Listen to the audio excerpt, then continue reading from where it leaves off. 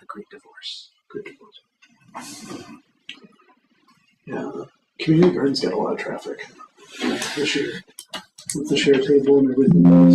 People putting in stuff. Jim's getting all the new stuff. Okay, good evening. It is Tuesday, October 28th, and this is the Community and Economic Development Council meeting. I'd like to begin by having everybody introduce themselves in case people online don't know who you are and who you represent, or if you're at large, either one. So I'll start. I'm Brian Baylor. I'm the village administrator. Sarah Cooper, the utility clerk. Zach Sidek, trustee. Trace Evans, president of the Hannah City Park District. Jeannie Thomas, representing the Farmington Area Public Library District. Zach Chatterton, Farmington Schools. Megan Welker, at large. Chris Matzke, representing Logan Fire Department. And absent is Danny Pearson, who is our other at-large member. I don't see any guests in the room or online, so I can skip past that. You should all have in your packet the minutes from our last meeting. You can review that if you haven't already. And once you're done, I would entertain a motion to either approve as is or as amended.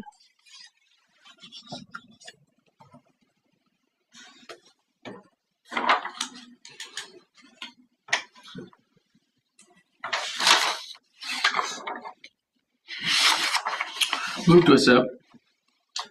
All right, so I have a motion by Chatterton. I'll second. Second by Evans. All those in favor signify by saying aye. Aye. Any opposed? All right, then that's approved. All right, the next thing on the agenda is the financial review. What I've got here are the year-to-date financials for both the TIF and BDD districts. I can walk you through the numbers. Our fiscal year begins in May, so this is basically 5 months worth of data. The first column, starting at the top and moving to the bottom, would be what we budgeted.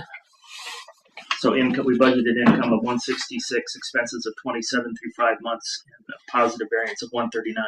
The blue column is our actuals. So we actually have 272,289 in TIF income.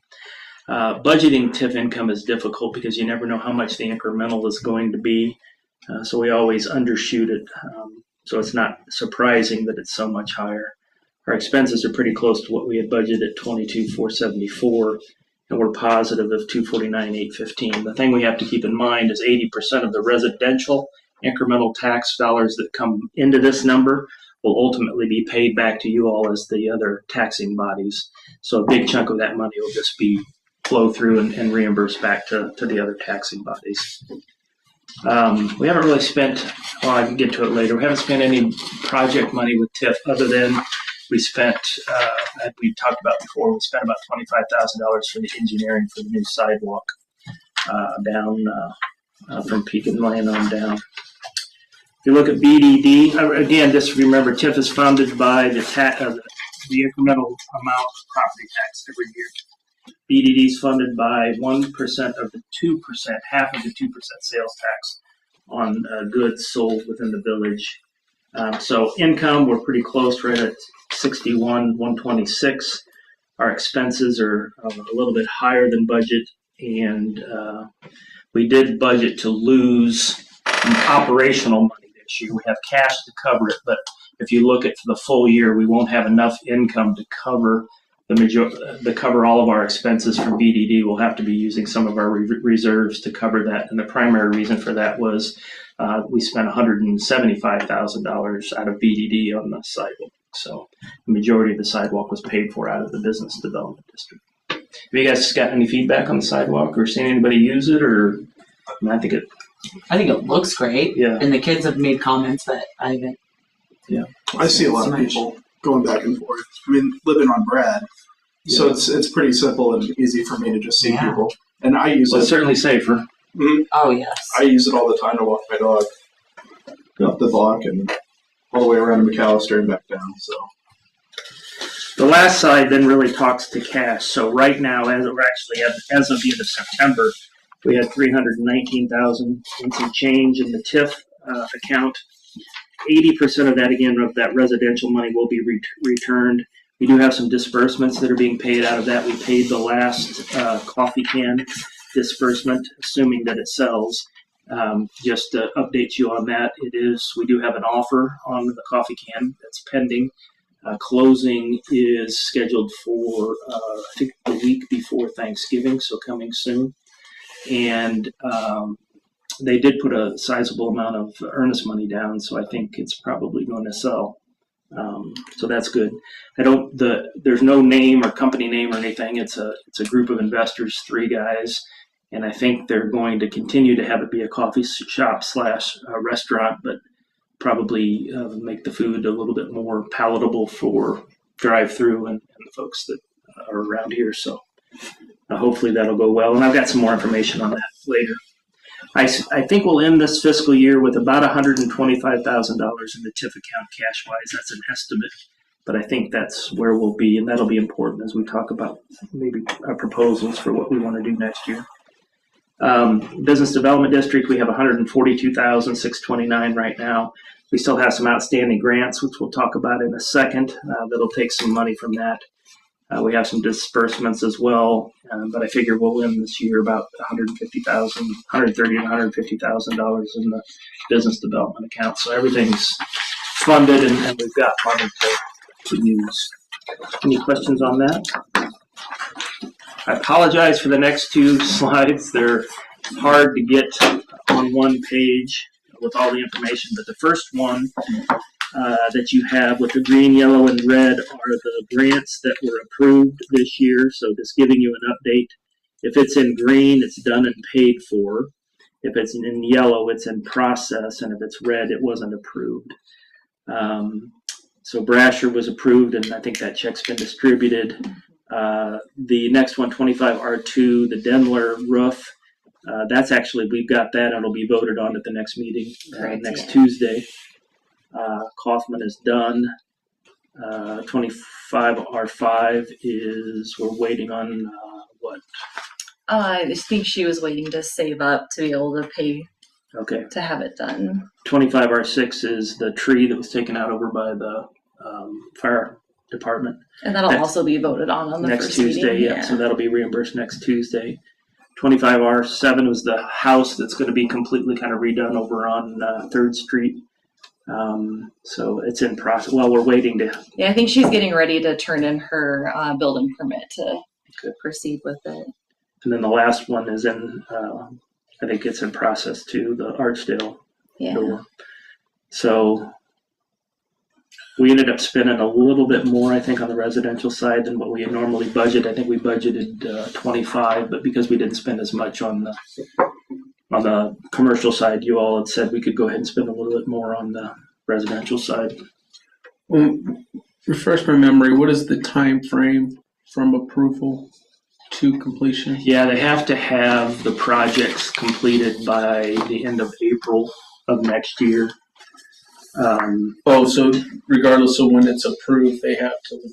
Well, I think maybe what you're talking about is from the time they get the permit approved, they have 180 days to complete the project. So what a lot of them will do is they won't turn in their permit till they know the contractor can come and do the work. Do we have permits for all of them at this point? So 25R5 and 25R7, we don't have one for yet. So the other ones are on the clock for the 180 days. Wonder, you mind adding a column of permit? There actually is one out here. I cut it off. Oh, yeah. all right. We've got who's approved and all that stuff, but I can add it next time. What their permit number is. I just always think it's good for us if we happen to know any of them or encounter any of them to refresh our memory about being on the clock. I know that they're conscious of it. I just feel horrible if they. No, Sarah actually calls like every month. Yeah. Could you imagine? And follows I've seen up. it happen, and Yeah, it wasn't those people's. It wasn't their fault, and it wasn't the contractor's fault. It's just life circumstances. Yeah. And there wasn't any. Obviously, that was in Farmington. That wasn't here, but I just always. I think at this point we feel like they're all going to get completed. You call them like once a month or whatever, just to make sure they're on track. Yeah. I just talked to Jennifer Grafman last week, I think. And yeah, it's her, and then there's one other one, the one that was trying to save up. I think they are the only two that don't have the permit in. And then I think the Archdales, the 25R9, I think they'll be done any day. Because theirs was they just did doors. Yeah, I think he should be able to get a contract. Yeah, right. Yeah, I'll be able to work something out. And then on the commercial side, we had $75,000 budgeted. We're only going to spend around $26,000, assuming everything comes in. The one that's done is they put new rock in the parking lot over there, kind of behind where the Ergonomic Partners building is. They kind of re-rocked that whole area back there, so that one's finished. And then so is the Sportsman's Club. Oh, that's right. Yeah, Sportsman's Club, you did a check Yeah, today. we finished that today. That's Yeah, right. so That's right. You did the check today. And then you see the work over here, the yellow building, the old yellow metal building out here on 116. They're replacing the roof right now, but they're turning that building into I think it's a 3 or 4 door storage unit where people can store stuff. And that work on that has begun. So all 3 of these will make the deadline. So that's an update on the grants that we did for this year. Next, I've got a sheet in here, and this is just some information, and it's important for you guys to understand that kind of the way we work with the board and with you guys is the staff will go through ideas and thoughts, and we'll make recommendations to you and to the board. Obviously, you can follow them, not follow them. Whatever you guys want to do is fine. Whatever you want to recommend or not recommend is completely up to you, but we always like to give people something to shoot at, rather than just a blank sheet of paper to look at. We find that that's a little bit more efficient. But so things that we've got in the pipeline in terms of new revenue for the town, either in terms of sales or property taxes. You guys probably already know Sister Bee's put a coffee shop inside of the building there. So they've got a coffee shop inside there, so that's good. Ergonomic Partners, I'll go through the details later, but you've probably seen the announcements that we sold the Public Works property straight down at the end of First Street. They're actually in the building to the right. Just for your background, what they do is they make custom robotic manufacturing tools. So they work for airlines and for car manufacturers and boat manufacturers, and what they do is those guys come in and say, we need something that's going to build this, and then they build the robots and everything, program it, and then ship it off to the people that do it. So it's kind of cool that we have that here in town. But they bought the property all the way, I guess it would be east of, including our building that's there, to the railroad tracks and all the way to the east over to Main Street. So they bought that whole property. They're already moved into our existing building and are putting their CNC machines in there. And then they have plans to build either one 10,000 square foot building or 2 5,000 square foot buildings for expansion on the rest of the property. So it's going to be pretty big, and I'll walk you through some numbers in a bit to kind of show you the impact of that. And I think they said, all said and done, probably 20 employees, maybe something like that. Mostly technical people, I think some engineers, and there'll be some laborers and stuff too, but I think most of it is like engineering. I don't know if you've seen, but the gas, they're down the old plaza or mall or whatever you want to call it, right by across from where the bank is, across Lakeshore from the bank. That was bought, not the apartments, but the rest of it was bought by the gentleman that owns the BP gas station just outside of Lake Camelot. And he's wanting to put a gas station in here. I've seen preliminary drawings. I think they're talking about three spots to fill up, and then there'll be a convenience store in one of the locations in the building. And so I think they want to start construction in the spring of this coming year. There's a lot of hoops yet to jump through, obviously, when you're putting in a gas station, but that'll be all new incremental dollars on both the property tax. Well, the property tax won't be incremental, but it'll increase, and then you'll also have sales tax there. I talked about the coffee can purchase, and again, I got numbers to show you later.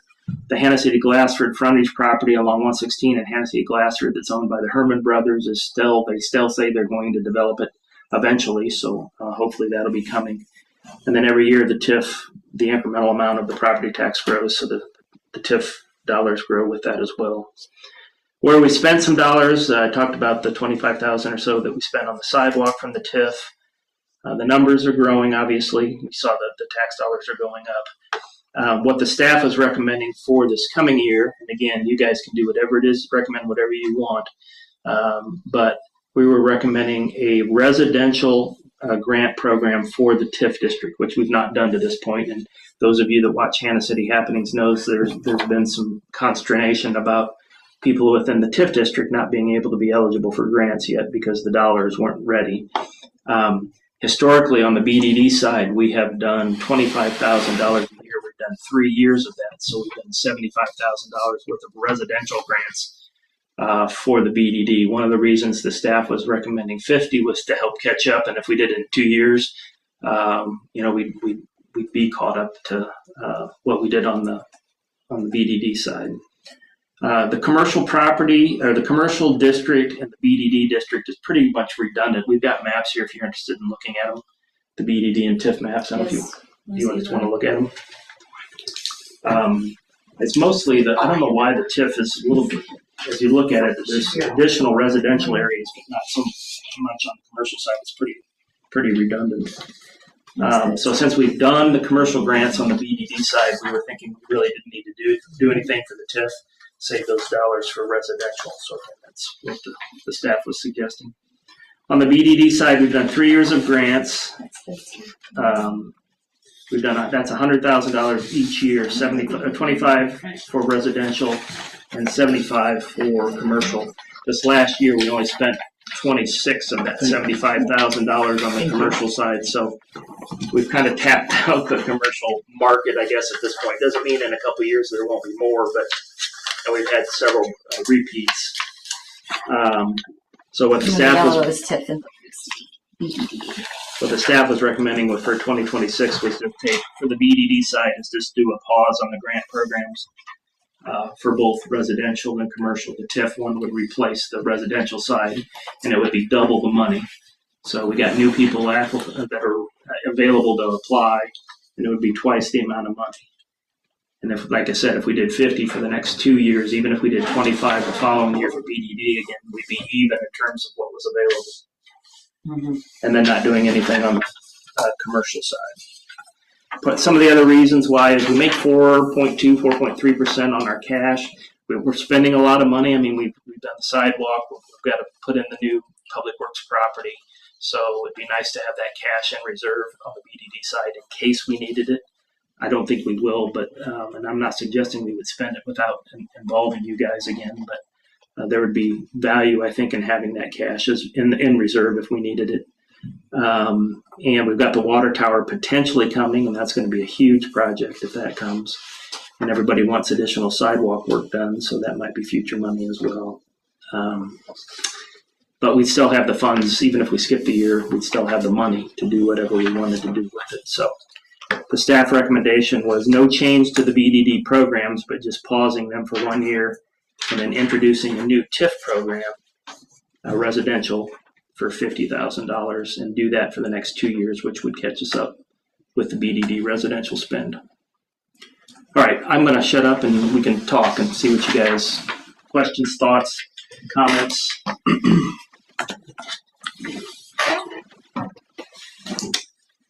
Is there any potential middle ground between pausing the commercial grant entirely? Of course, yeah. You guys can say, no, we want to keep the BDD grants full bore and still spend their $100,000 next year. I mean, we've got the money to do it.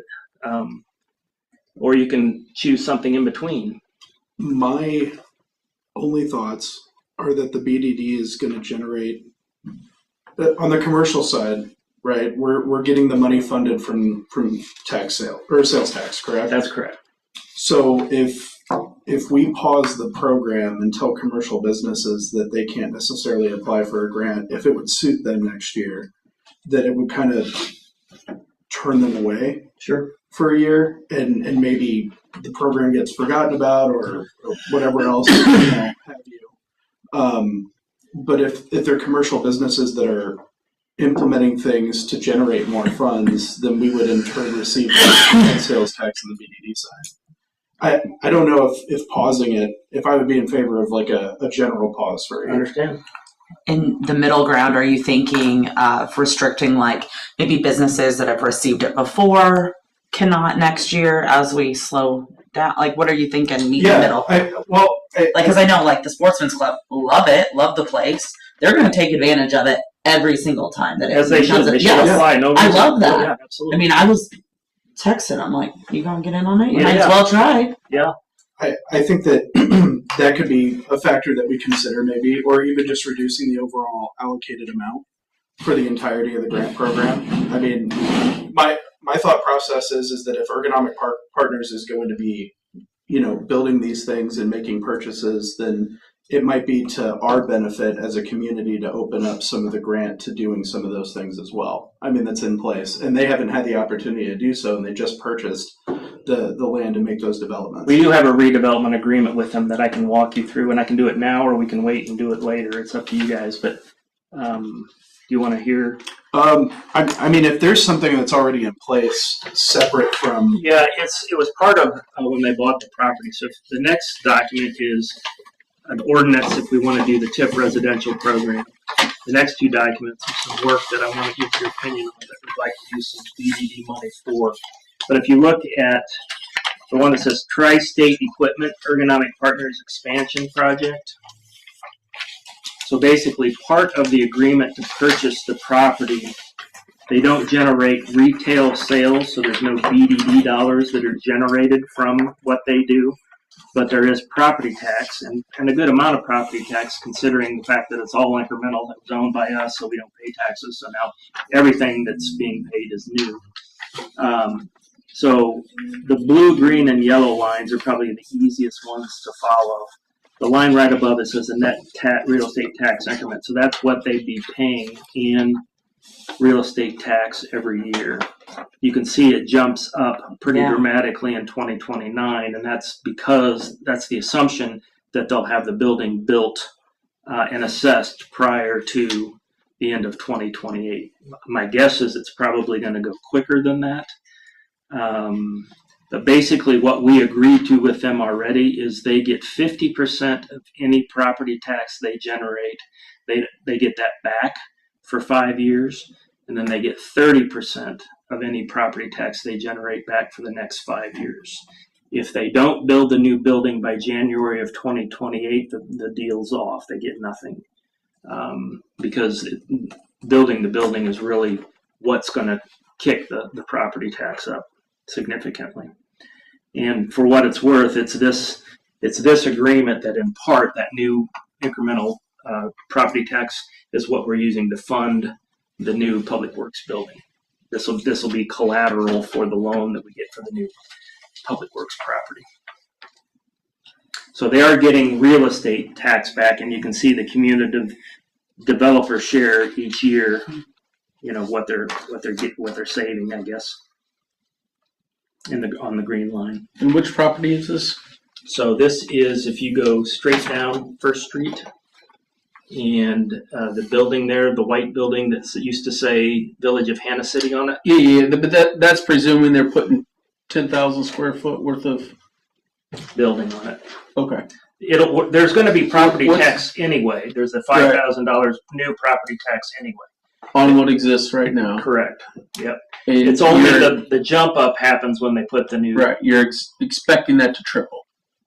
Correct. The property value to triple with that Well, expansion. What we do is we go through the Economic Development Council or consultants in Bloomington. I think you guys use them in Farmington as well. Mhm. But they make the assessment as to what they think the property tax will be with the new building. Yeah.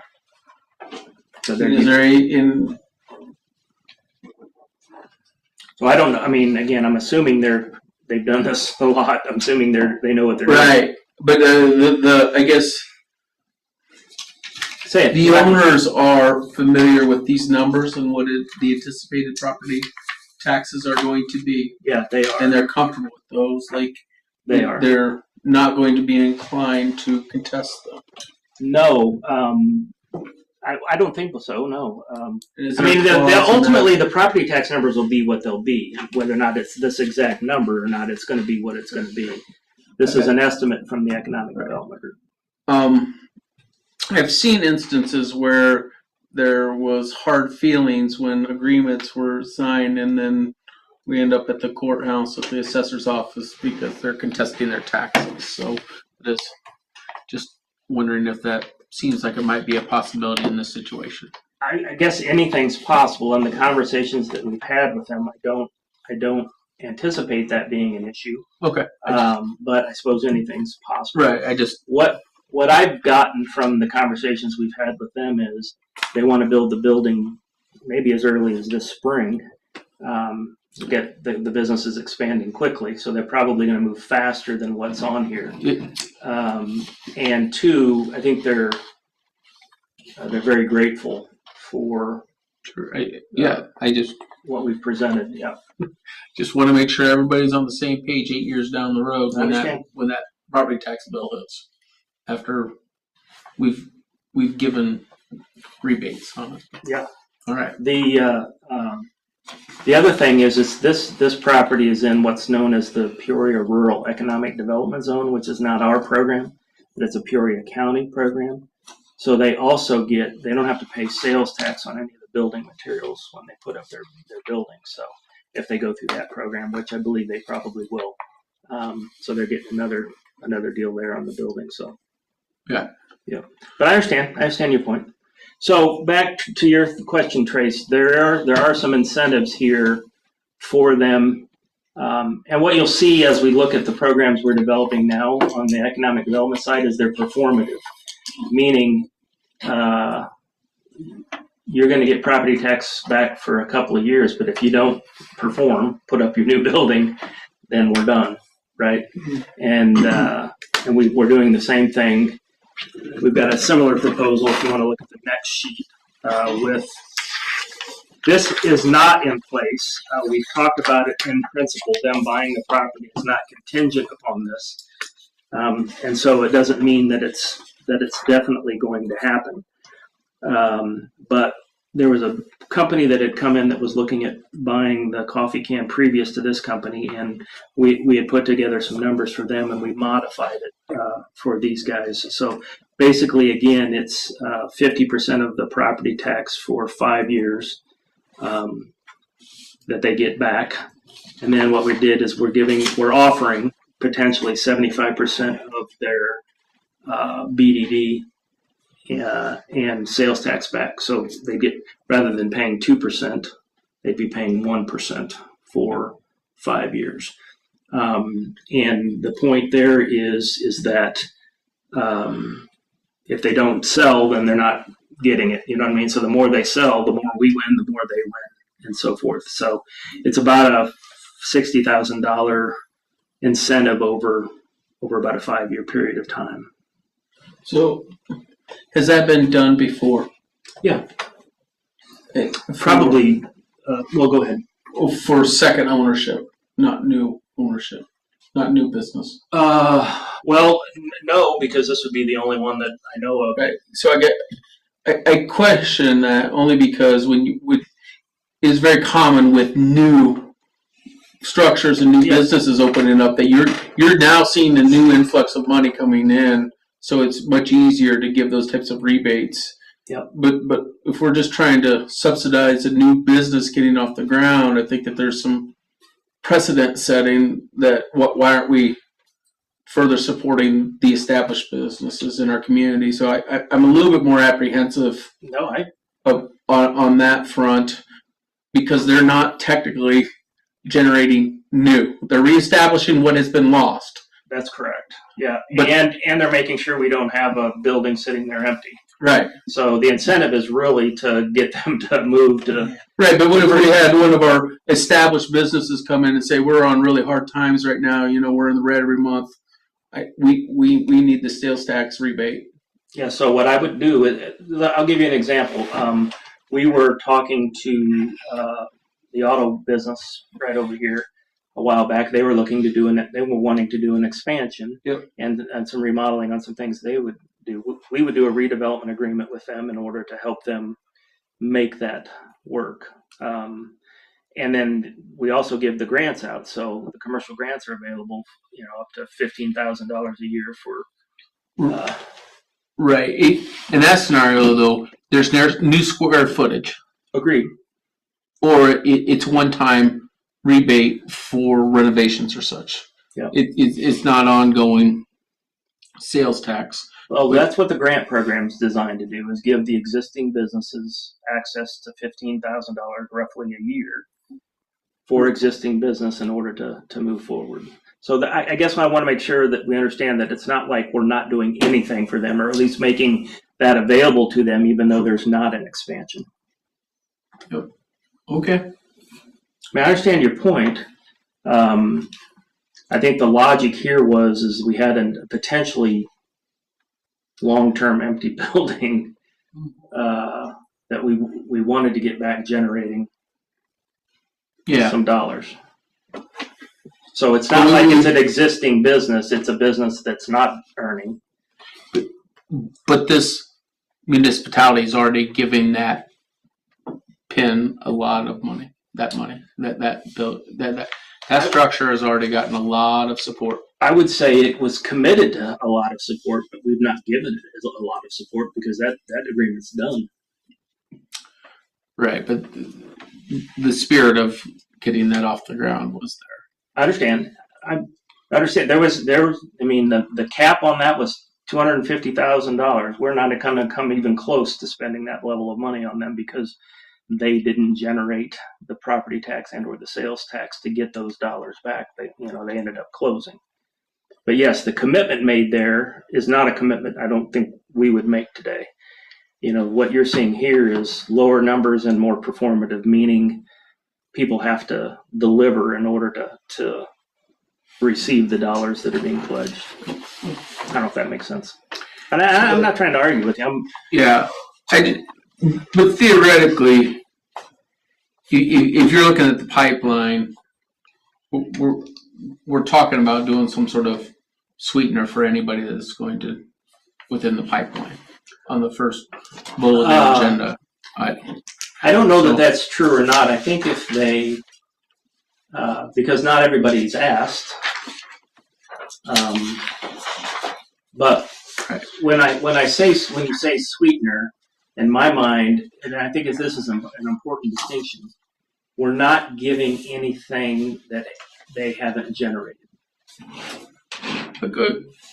Correct. You call it a rebate however you want, but they generate money for us and we give some of it back. That's correct. But I think some people in town are under the confusion that the village is just writing checks directly to new businesses for them to come here, not that it's performative, meaning that they're getting back a portion of what they create, which wouldn't have existed if they didn't invest in the town. Right. A counter would be then, why would we not just lower our sales tax rate for all businesses? I think that's a fair question. I guess I would say, knowing what I know about our sales tax here versus other towns, we're way below market already. Oh, correct. But yeah. But we're very much incentivizing new business. We are. Yeah. And rewarding existing business with grants. Same thing would be as if we had a developer come to town and want to put in a new property and develop and put up 20 homes, right? We would probably do something to maybe incent that business and give them back a portion of what they created. Yeah. Meanwhile, we're also giving out grants to existing homeowners to improve their properties as well. Again, my personal bias is that sales tax piece of it. If you're giving rebates on property tax, that's new money's coming in, and you're giving rebates on those. That's new money that you would have had either way. If you're giving grants out for specific projects to businesses or residents, that's hard dollars that has an application and requirements that you have to adhere to for specific timelines and projects for which are reviewed, monitored, and celebrated. Giving partial rebates back on sales tax gets a little washy to me. And this business may get some period of money back on their sales tax, that business doesn't. There's it just doesn't seem as transparent as what I'd like some of the other ones are. No, I understand. I understand your point. The one thing I do like about it, though, is it's performative, meaning if they don't do well, they're not going to get much, and we're not going to get much. You know what I'm saying? We're on the property tax side is it's pretty well assessed, and you get what you get, and we get what we get, and that money's spent regardless, right, of whether or not they perform. So the thought process, right, wrong, or different, was to try to incent more on the things that they can control, and we're going to get more back if they produce more. And then eventually, after 5 years, we get all of it, right, on both sides of it. But you make good points. And again, this one hasn't been done yet, so it hasn't been. You guys haven't recommended it. It hasn't been voted on. I was just asked to put it together as a straw man for the potential buyers to see what might be possible. Can we go back to the gas station that's in the pipeline? Is there any anticipated infrastructure needs of it being a gas station, just with traffic patterns and such? Like, just the limited observations I've seen of just trying to access the ATM machine and the Coming out businesses. on the lakeshore, like Depending on the time of day, it looks a little Yeah, chaotic. Obviously, anything in there is going to make it, additionally crowded. I've seen the proposed drawings. What they're talking about doing is where the karate place used to be and the auto parts thing is kind of directly out from it is where the 3 pumps would be, and there's already some parking spaces along there, so it would almost be set up kind of like Casey's is today. But to your point, that's going to mean there's additional traffic through there for sure. And so I'm thinking 3 pumps in a singular down the middle. Yeah, I think it's a little shifted towards the road, but okay. And there's enough. The civil engineering's been done that there's enough room for. So no, you make a great point. Like, how are you going to get 4 cars through there? Yeah. Where we're at in the process right now is I've just seen a preliminary drawing of what they want to do, but we've not engaged. I've told them that we've got to have a signed off licensed civil engineering drawing to everything that is going to be done to make sure that everybody's happy that it's going to work. So we're not to that point yet. Okay. I worry about bottlenecking of traffic at that point. Yeah. Understand. For our community members. With when it comes to retail and things of that nature, I mean, our sales tax is specific to retail sales, right? So we would only receive, in terms of the BDD, and let's just say that this gas station gets pushed through and it's developed, and for the sake of moving on, we'll pretend that there's no civil engineering issues whatsoever. We're only receiving, as an economic development committee, the BDD is receiving the sales tax only performed from the convenience store side of things, correct? There's nothing gas related? Yeah, we would get the gas. 2%, yeah. Okay. 2% on both the convenience store and the gas. Okay. Yeah. And then whatever the property tax incremental value is because they added, more resources to or upgraded the property. Okay. And has the village considered, or has the individual who's going to be putting the gas station in approached the village about any kind of gaming or anything like that? They have. And would we receive anything from that, or is that split 3 ways between the? No, that we would. The gaming setup, assuming they did it, would be, and the board approved it, which I think they would at this point, but just based upon what I've heard, is we would receive the same split of that we do with refuel and the warehouse and anybody else. Okay. Yep. Yeah, I remember in conversation about the gas station a year ago, or maybe it was even 2 years ago, you said that liquor license and gambling licenses were only going to be considered if someone brought something new that we really needed, and gas was one of the few. And we actually have an agreement with Dee's his name that if he doesn't do gas, he doesn't get liquor or gaming. Yeah, as it But should the be. general village board's mindset is we're not going to put any new gaming parlors in or any new bars with gaming. If somebody's bringing Italian food or something new and unique to town and they also want liquor and gaming, then we'll consider that. But at this point, I think they feel like there's enough gaming machines in town without something and new. creating more competition for Yeah. existing businesses isn't always awesome in a small town. Well, and that's my only concern that I was going to kind of bring up with the pipeline. In terms of what's outlined on this paper here, it seems like we've got a lot of either existing business in town that's going to have a competitor, or you've got the coffee can, for instance. If there's going to be a coffee shop at Sister B's, and then you've got the hog trough, there's a lot of competition. And I'm all for free market, don't get me wrong. But if we're going to have somebody traveling down the road to buy coffee here versus there, then, regardless of price, they're getting the same things. I guess I'm only pointing that out because I know that we want to incentivize new developments, new approaches, new things of that nature. I'm just tossing it out there. Does anybody have any ideas or anything like that would end up being like a restaurant, right? Or a grocery store, for that matter. I think that, the Dollar General serves its purpose on the outside of town. And is that in the BDD? No, No. too late. McAllister's the cutoff, right? Well, I wish it was, but I think they wish they would have done it sooner, because if it was, it would be nice. But, just some kind of grocery store. I think there used to be one where the warehouse was, or somewhere close by, if I'm not mistaken. When I was a kid, the mall down there had one. We had the Red Fox Red Fox where the parking lot at Gills is. and Bargain Basket. Where were those? That's awesome. Grocery stores. I know at one Where, point the Hermans.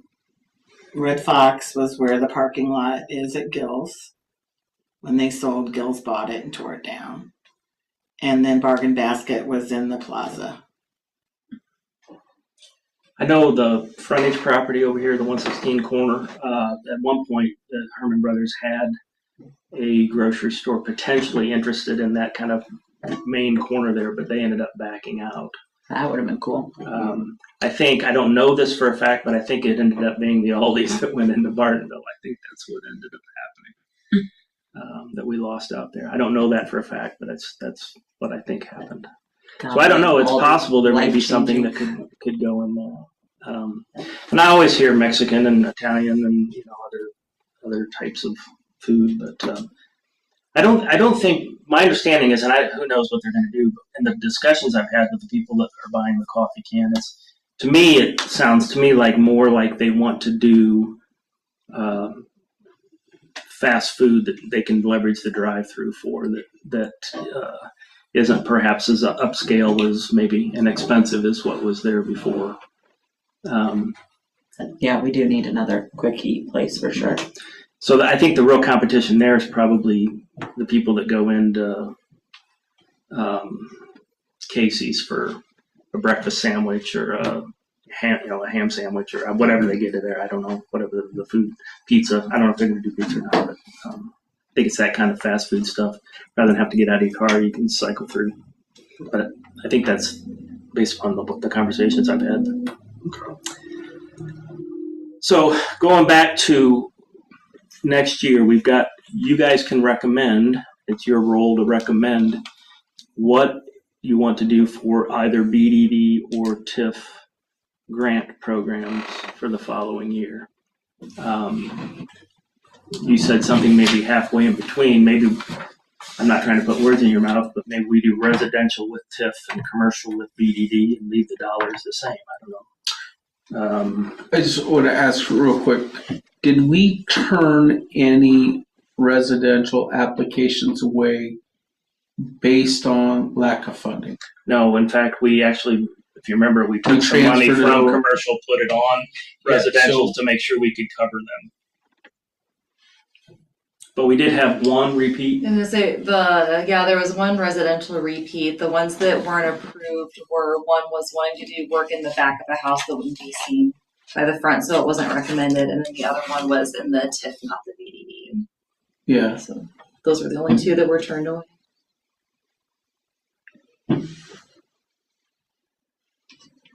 So again, we're, I like the idea of doing, keeping residential and TIF like discussed, and maybe keeping commercial and BDD, but lowering it. So maybe doing like a $25,000 maximum next year and putting a little bit more strict parameters on it just for a year, as we are trying to increase, the cash flow in that account. sure. Then we'll earn more. It's beneficial for the next year, especially considering this year we had $29,000 that went out.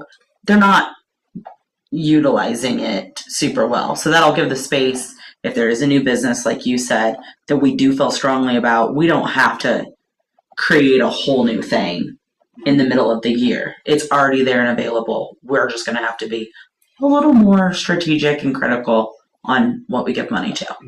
The other thing is it doesn't have to be a grant. In other words, let's say, I'll make it up, a Hannah City Tap came in and said, we'd like to replace our fence, and we didn't have a grant program. We could do a redevelopment agreement with them, Mhm. right, and offer them the dollars through that. Right. So the grants are really just more of a way to manage a program and a process and kind of evenly distribute. Well, and marketing. Yeah, It that's looks right. good. I know, it is. It looks good. We want the community to think these programs are beneficial because they are. Could we do no repeat applicants for this year? For the BDD. Yeah. I mean, at So the that end way, of if the we had day, somebody new come in, then there would be some money there for them. I agree. No repeats, but how long? Ever? Or No, last just year? for the year. Just for the year. Year over year. just I for see what next you're saying. fiscal Like year. if they've ever Ever had one received before, or if it. they just had one Or last they year. just had one the year before. What are we, 3 years in? Mm-hmm. I'd probably just go with just last year. Take a year off. Mm-hmm. If you received the one last year, you're not eligible this year, but it wouldn't. And then if that seems to go over well, you could just kind of keep that in place. That doesn't prevent people from ever getting one again. You just can't get one Every year. every year. Yeah. Well, and there are other avenues out there. And I mean, if somebody comes to the board and let's say they're a repeat applicant, we can always recommend to the village that they go there and say, well, maybe we'll do a redevelopment agreement or something like Yeah, that. like the fence example. Mhm. I'm not opposed to something like that. Instituting some kind of policy where it's not year over year. You take 1 year off, and if you have something if you have something as a business owner that presents itself and you can't apply for the grant, then you've still got that avenue. And the program can still serve its purpose, and the village can scrutinize that under the redevelopment agreement, maybe a little bit more heavily than something like a grant program where you just apply and you're either granted it based upon what you presented to us or not. Yeah, some communities don't even have the grant programs. They just only offer redevelopment agreements because they think that's kind of redundant. But unlike you, it's a nice, neat little package, and there's specific parameters, and makes it easier to kind of manage as we go. And Anything I think that gets people more aware of what's truly going on rather than the hearsay or the little comments on social media is good for the community. Yeah. I think sometimes they think people are out to get them, not out to get them, but like incentivizing some and not others. But a program like this it's available to all that qualify, that are in the area. So I think it's nice to have things like that. well, I think what I hear is we've got full support on the residential TIF program. Is that right? At the $50,000 level? Yep, I would say so. So let's start there. Do I have a motion for that? I'll make a motion. So we have a motion by Welker, I'll second. second by Evans. I'm going to roll call that one. Sidek, Yes. Evans, Yes. Thomas, Yes. Chatterton, Yes. Welker, Yes. Matsky, Yes. Matthews. All right, so that's approved. All right, now on the BDD side, what we've historically done is $25,000 and $75,000 available. We can leave those dollar amounts the same. And the only reason I say that is because if we change them, I think I have to do a freaking ordinance. But it's not that big a deal. We can do it if we want to. Or we can just restrict it and say it's only new applicants or applicants who didn't apply and get anything last year. But we can reduce the dollars too if you want. I can make that happen. We can do that if you want. Sounds like a pain in the butt. It's not that big a deal. It's just I have to go back to the TIF attorneys and have them redo it. But we pay a general administrative fee anyway, so it's not like it's new money that we're spending to do it. So my only question regarding that then would be the 50,000 for the TIF is set aside for the TIF. What's listed? Yes, residential. There's 25,000 residential for the BDD that we're talking about allocating as well. So in other words, if we change nothing, it would be 25 residential, 75 commercial. The only thing we'd be changing is who's eligible. But we can also reduce the dollars. I think we pause residential since we're doing TIF for residential. So we pause the 25 completely for next year, give that a break. And if it's not a huge pain in the butt, we reduce the commercial and add the year-over-year parameter. How do you guys feel about that? And what would we reduce it to? 50? 50 or 25. 75 would be what? How many projects? Is that 5 roughly? 6 or 7? That's usually what we get. Because it's 15,000. Yeah, this last year was lower, just the 3.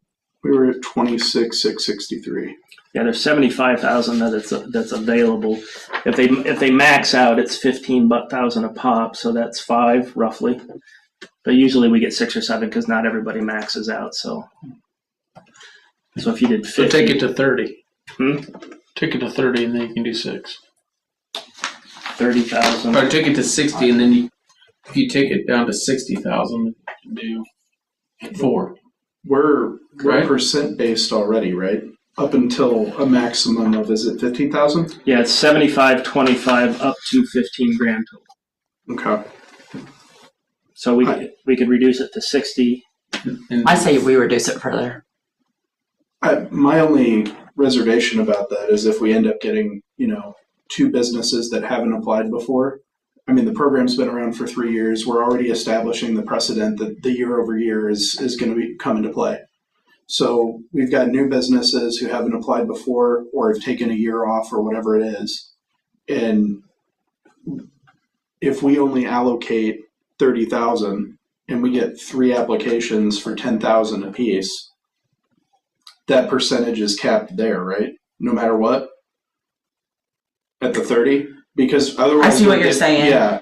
We don't want to have to pick and choose which projects or reduce significantly the amount. Yeah. So maybe just keep it at 75 and just add parameters?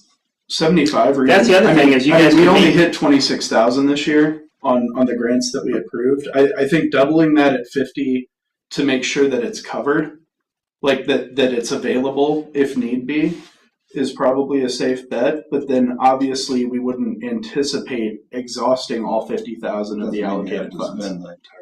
Well, that's I am completely changing what I thought when I first said this. I think we should keep it at 75. The chances that we actually are going to use that are very, very slim.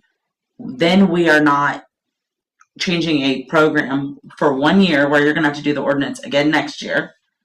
And we'll just have to make sure that we change the parameters a little bit. And you can have a higher level of scrutiny on the projects if you want. At the end of the day, there's nothing. I mean, Exactly. the only rules we have is 1, you recommend those that you feel are going to be the greatest good for the village, and 2, if somebody hasn't applied, they get preferential treatment over people who have gotten grants before. And if we get this out there that you can't do it year after year, the businesses that are hesitant on it may be more likely to do it because they know that the Sportsman's Club's not going to get it every year.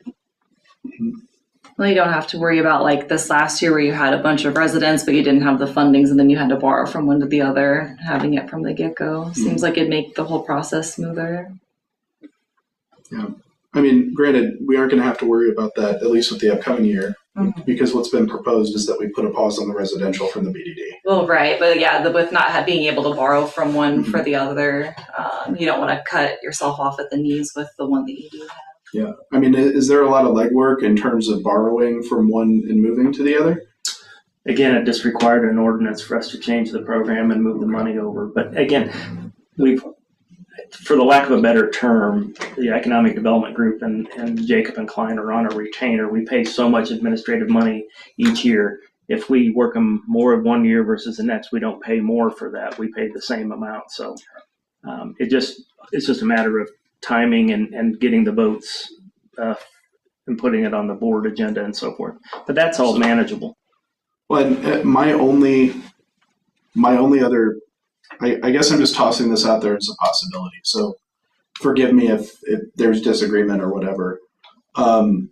If we're going to offer the TIF to everybody in the TIF, and there seems to be a lot of overlap between the TIF and the BDD. If on commercial, absolutely. They're on residential that's expanded.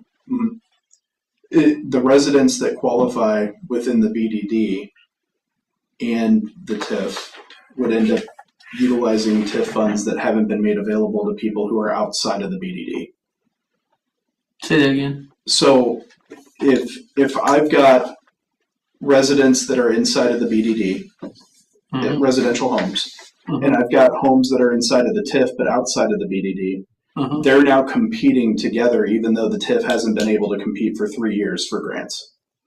Does that make sense? We're by creating the TIF grant program, if we were to completely pause the BDD residential program, we're forcing the BDD people that are also in the TIF are going to apply for the TIF because that's where the money's available. Exactly. Yeah, but again, And that's why we increased it to 50, and they've had the opportunity to apply for 3 years.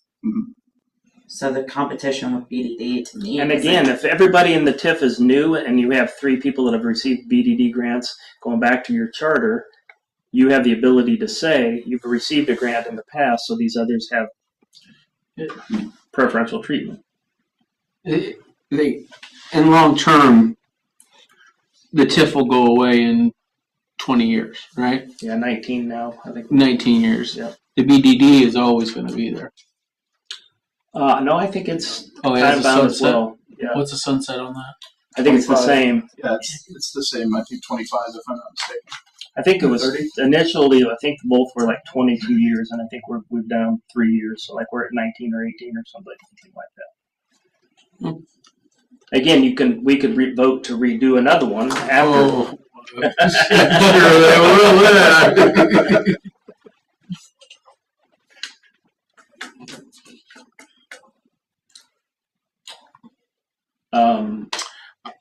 I would move to accept as presented.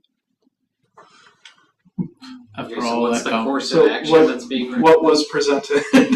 Well, that was We need to TIF verify. residential and pause BDD altogether, but I think you guys want the commercial BDD. But his motion is not that correct. Mine was on the paper for the residential. I'm talking BDD because we already voted on TIF, correct?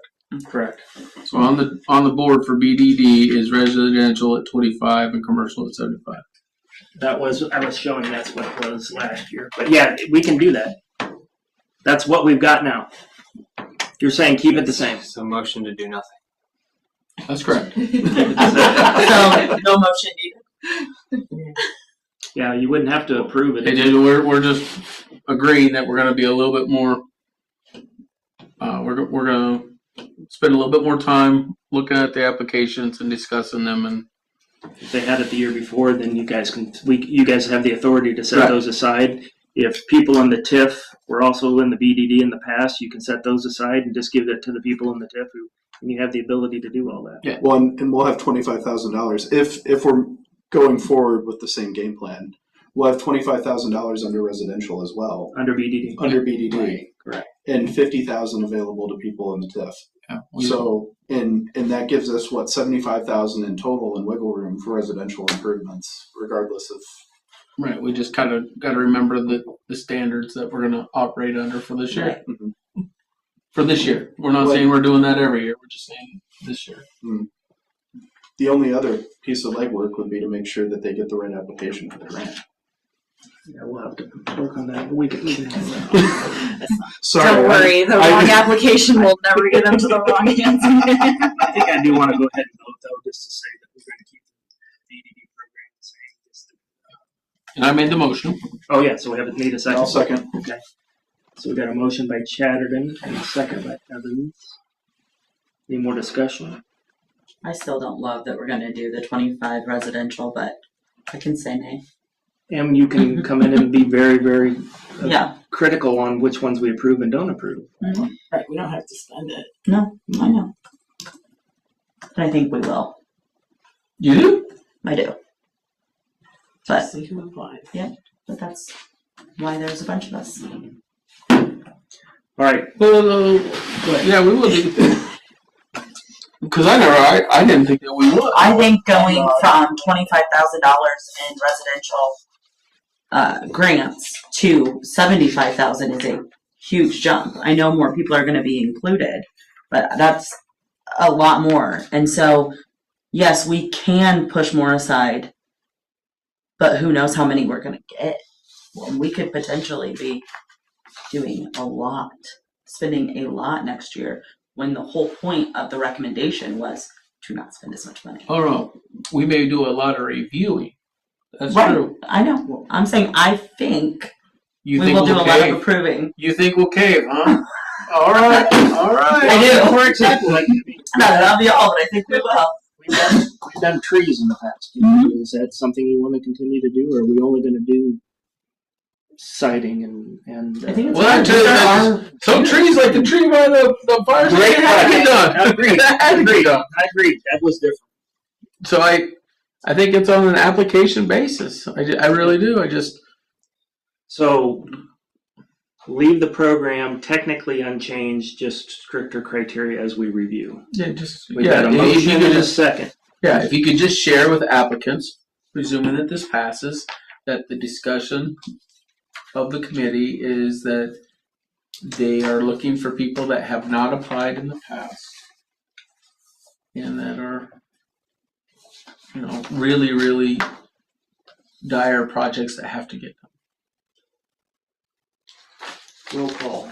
Evans, Yes. Thomas, Yes. Chatterton, Yes. Welker, No. Matsky, Yes. Sidek, Yes. passes. Motion by.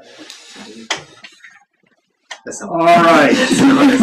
Motion by So I should type nothing. Nothing.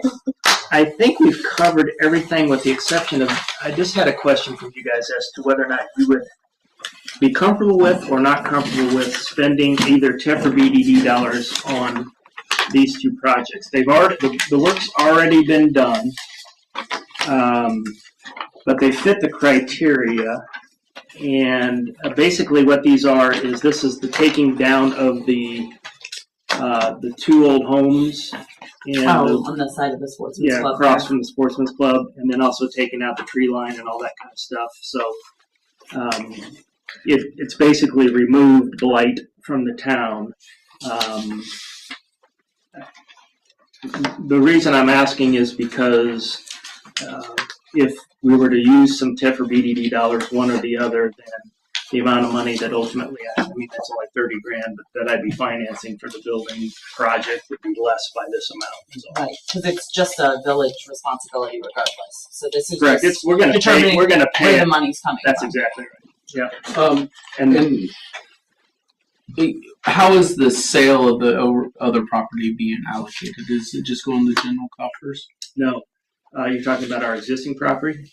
The one that you sold to? Yeah. No, that's gone into a specific buildings and grounds account that's going to be used to help offset the cost of the new building. So between that and the new property tax we're going to get, assuming they build their new building, we ultimately are going to pay for the new property as a result of that. The physical structure that's going to go in. Yeah, I think all in with the removal of the property and grading, and we've got to put in a couple of a new driveway and one easement and a road that we're going to share with Sportsman's Club and everything. I think we're talking somewhere around $600,000-$700,000 by the time this project. For sure. Yeah. But But you're asking for funds for I'm site asking work. whether or not you would recommend. Like where they're gonna pay for These it two regardless, so where it's Yeah. coming from. These two projects meet the criteria of either the BDD or TIF, removing blight from the town, right? Without a doubt. That house was uninhabitable and it's blight. The only thing I'm asking is, are you guys comfortable recommending that the board use TIF or BDD money for this? Because it will save Yeah. interest. Yeah, because it'll mean we borrow less or whatever, or we have to find it, don't have to find another pocket to pay for it, or I wholeheartedly agree Yep. for the 19,480. Yep. I would pause on the trees. Okay. I understand. I'm not saying that we wouldn't agree to it. It's just No, that's why I asked. trees aren't as blighting. Understand. If that's a I word. mean, there was some concrete and some other things in there, but Any of that? Any I'm of good that? with both. well, Where were these houses at? so if you go straight down Main as you're going to the Sportsman's Club, Yeah, Sterrett's old place? I don't know who. Yes, Thank you. yes. Kathy Yeah, Workman's there was parents is that there were two houses and a was her. standalone Elder. garage that have been removed. Okay, The one house actually caught fire once. right. That's Sterrett, that's his place. I'm in favor of both of them. So just, you want to make a motion? Sure, I'll make a motion to use TIF or BDD. Do we want to? No, they It can let doesn't that matter. We'll decide. Funds to pay for the work done on the future property of the village building. I'll second. Okay, so we got a motion by Welker, a second by Thomas. Any further discussion? You said you recommend a motion to recommend that the village allocate BDD and TIF funds to pay for the removal of Yeah, just the so- structures Nope. or both. both bids. Both bids. Yeah, structure and the trees. For a total of $27,480. It was the trees in the old Sportsman's Club shed, and then there was some concrete and stuff in there. But there's a big part of it with the trees. So we have a motion and a second. Any further discussion? Is the village going to determine whether they take out of the TIF or the VDD? Yeah, If we vote the recommendation, I'll probably just do it to make sure that we've got enough money to fund the programs we're talking about for next year. That's the way I'll look at it. Yeah. Who seconded on that? I second Thomas. it. Other discussion? Roll call. Thomas, Yes, Chatterton, No? Welker, Yes. Maskey, Yes. Sidek, Yes. Evans. Yes. Motion passed. Anything else? Any questions, thoughts? Nope, I've got some wine to drink and some pizzas to eat. We need to adjourn. That's the goat. Okay, so that we'll adjourn the meeting. Thank you, guys. As always, I appreciate you. On the, Do we stop recording? We haven't a motion to adjourn yet, have we? No. Okay. Sewer lateral program discussion was. Yeah. No, it's. Get you down. I had brought this up once before. Across this table. It's just an idea that's being floated around that we could eventually have a grant program that would be specific to water and sewer laterals for areas where there are leaks or if it's perceived infiltration on the sewer side that would help the resident but also help the village. We're not to a place where we're going to do anything with it or not. I guess I was looking for whether or not that seemed like a reasonable thing to do or whether or not you would eventually see.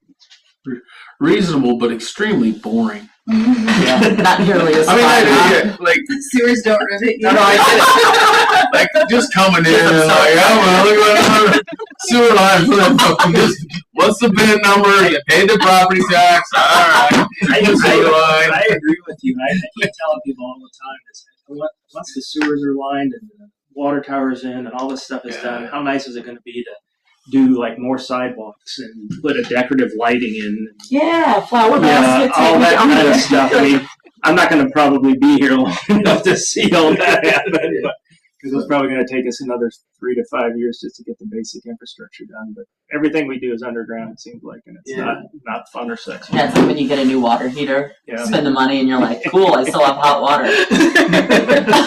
All right, motion to Nothing adjourn. extra. Second. All those in favor signify by saying aye. Aye. Megan, go drink wine.